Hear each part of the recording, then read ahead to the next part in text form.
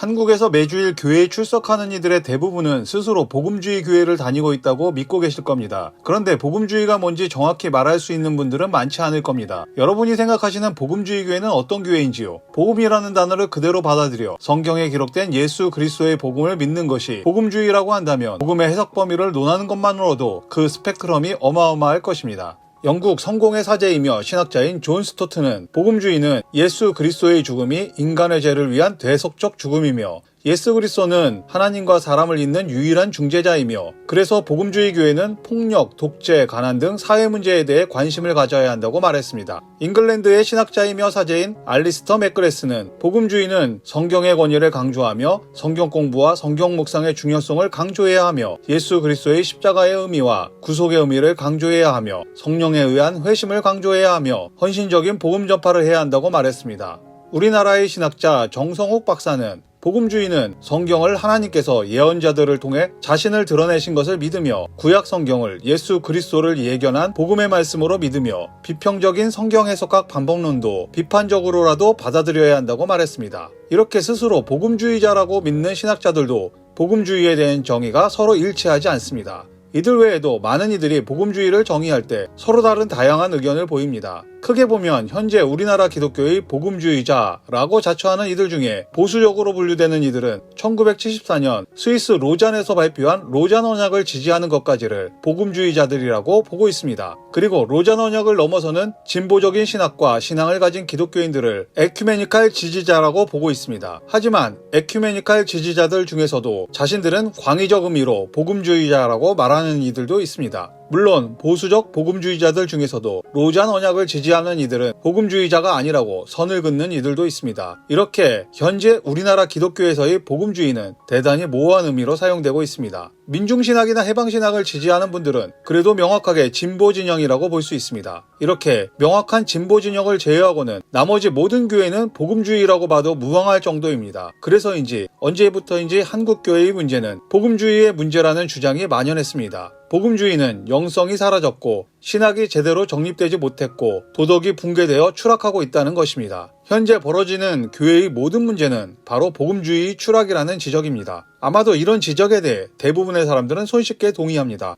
왜냐하면 복음주의라는 말이 워낙 모호하다 보니 대부분의 사람들이 복음주의의 문제를 지적할 때는 나는 그런 복음주의자는 아니라며 함께 손가락질을 합니다. 하지만 새로운 교회 운동이나 신학 담론을 위해 복음주의라는 이름으로 모이면 그때는 또 스스로 복음주의자를 자처하고 나서기 때문입니다. 그러니까 내가 복음주의로 인해 손해를 보거나 책임을 져야 하거나 비난을 받아야 할 때는 스스로 그런 복음주의자는 아니라며 뒤로 빠졌다가 복음주의로 인해 어떤 이득을 볼 수 있거나 힘이 필요하거나 할 때는 복음주의자의 구원자인 양 적극적으로 나선다는 것입니다. 그 누구의 편도 아니지만 모든 이들의 편이 되기도 하는 복음주의의 모호성, 바로 우리 모두는 여기에 기대 지킬 박사와 하이드가 되어버린 것 아닌가 싶습니다. 이러한 애매모호함의 대표적인 예가 바로 스스로를 진보적 복음주의라고 부르는 이들일 것입니다. 스스로 진보적 복음주의자라고 규정지은 이들은 자신들은 복음주의자이기 때문에 진보 진영인 에큐메니컬 지지자들과는 선을 긋습니다. 하지만 복음주의 진영 내에서 자신들이 생각하는 어떤 세력들과 구분짓기 위해서 진보적이라는 이름을 붙입니다. 대표적으로 사회적 쟁점에 대해서는 기존의 복음주의보다는 진보적이라고 말하고 싶은 것입니다. 이렇게 진보적 복음주의라고 셀프 정의한 이들은 1974년 로잔 언약에 그리스도인의 사회적 책임에 대한 입장을 근거로 삼고 있습니다.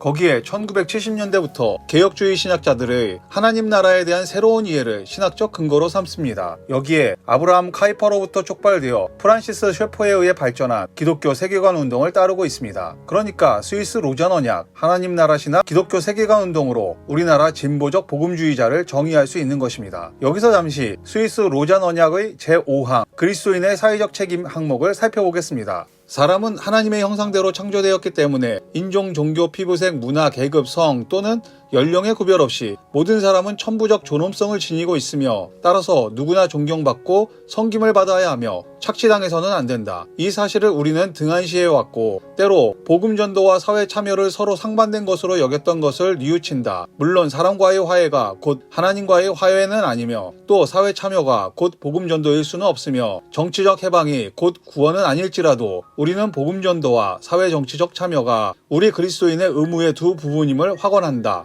그런데 이렇게 스스로 진보적이라는 이름을 붙여 기존의 복음주의자들과 차별을 두겠다고 주장하는 이들의 정체성은 제가 보기에 대한민국의 대부분의 교회의 정체성이기도 한 것 아닌가 싶습니다. 대한민국 대부분의 교회는 종교개혁자들의 후예라고 믿고 있습니다. 게다가 2000년대 이후에 하나님 나라 신학에 대해 동의하지 않는 신학대학교가 있는지 의문입니다. 우리나라 대표적인 신학대학교 대부분은 하나님 나라 신학을 정규과정에서 공부합니다. 여기에 아브라함 카이퍼나 프란시스 셰퍼의 기독교 세계관 운동은 대단히 보수적인 기독교 운동으로 분류됩니다. 그런데도 복음주의 안에서 왜 스스로 진보적 복음주의라는 셀프 네이밍을 한 것일까요? 진보 진영인 에큐메니컬 진영과 구분을 짓기 위해 복음주의라는 이름을 사용하면서도 그 앞에 진보적이라는 단어를 붙인 이유가 뭘까요? 지난 영상에서 다룬 것처럼 우리나라 개신교회의 근본주의적 성향이 문제가 많으니 그에 대해 구분짓고 싶어서 그런 것 같다고 이해할 수 있습니다. 그렇다면 우리는 근본주의자가 아니라고 하면 되는데 왜 진보적 복음주의라고 한 것일까요? 근본주의자들이 복음주의라고 하기 때문에 그렇다는 것일까요? 아니면 자신들을 제외한 대부분의 우리나라 교회가 근본주의, 원리주의자라고 규정짓고 싶은 것일까요? 그렇다면 스스로 에큐메니컬 지지자라고 하면 될 일인데도 왜 복음주의라는 이름은 포기하지 못하는 것일까요? 어떤 변화와 충격을 위한 것이라면 복음주의인의 유력한 세력이 에큐메니컬과 화합했다고 선언한 것이 더 충격적인 것 아닌가요? 2012년 개신교 진약의 월간지인 복음과 상황은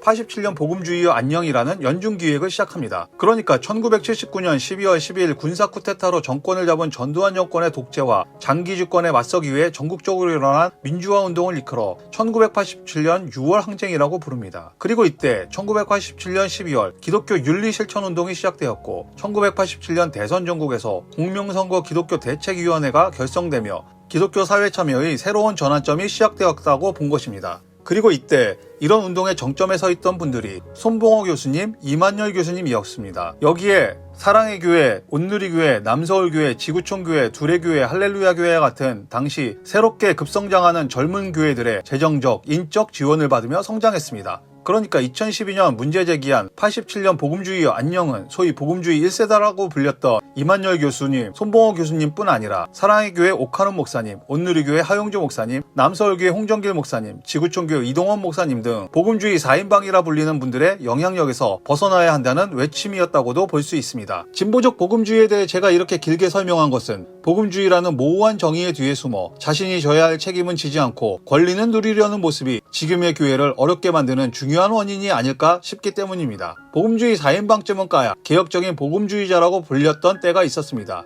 이런 식의 사고는 공식적인 테이블이 아닌 무슨 행사 뒷풀이에 3차쯤 술에 잔뜩 취해 한두 명이 말할 수 있는 정도의 주장인 것입니다. 복음주의 4인방을 까댄다고 복음주의가 제대로 세워질 리 만무하기 때문입니다. 그러니까 2012년부터 2022년까지 적어도 10년간 복음주의 4인방을 까대는 일을 공식적인 테이블에 올려놓고 한국의 모든 교회가 복음주의 4인방과 같으며 이들은 모두 근본주의자들이라는 말만 되풀이해온 것입니다. 이걸 10년간 계속하다 보니 스스로 복음주의자라고 할 수 없었던 게 아닌가 싶습니다. 문제는 복음주의 운동을 한다는 곳에 돈과 인력을 댄 곳이 바로 교회였는데 아무리 본인들이 나는 저들과 다르다며 차별점을 두려고 해도 돈이 나오는 곳은 자신들이 손가락질하는 복음주의 교회였던 것입니다. 그러니 근본주의와 자유주의의 격한 대립 사이에서 성경의 권위와 종교개혁의 정신을 잘 지키고 사회적 책임과 지성문화에 대한 이해를 중요시하자고 시작된 복음주의라는 운동에 진보적이라는 이상한 단어를 붙여 셀프 정의를 한 건 아닌가 싶습니다. 본인들이 지난 10년간 87년 복음주의와 안녕을 외치며 교회와 목회자들을 근본주의자 취급을 하다 보니 스스로 복음주의자라고 하기에는 모순인 것 같고 그런데 돈 나올 구멍은